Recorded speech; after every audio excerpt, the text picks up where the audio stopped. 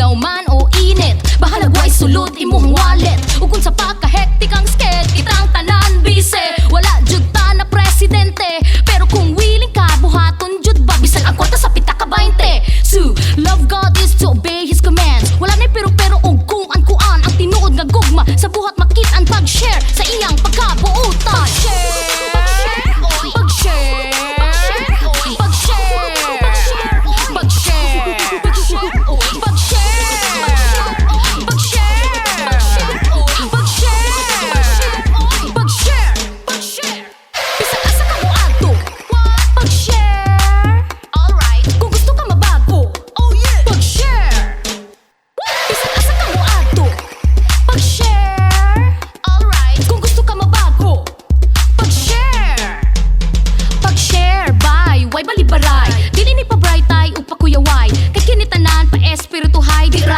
Theory at tudyong i-apply o di ay mauman kay kung imo dyong nasabtan ang gugma nga iyang gihatag sa kalibutan.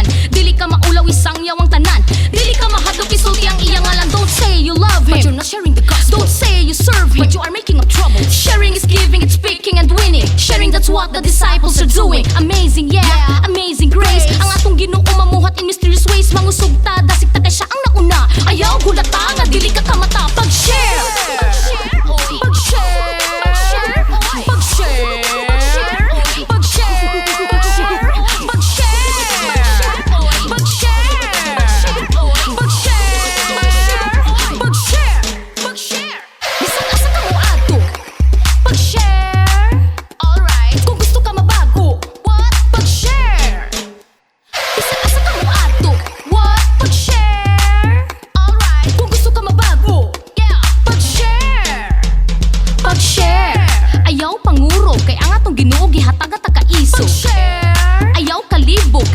ginasang yaw mauni ang tinuod.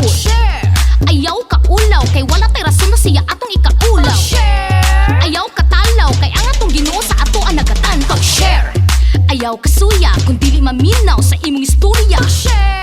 Ayaw ka dismaya sa mga persecutions kay mga girana. Pag-share. Ayaw surrender kay dili ta losers kitang mga leaders. Ayaw kalimti ang prayers sun madala lagi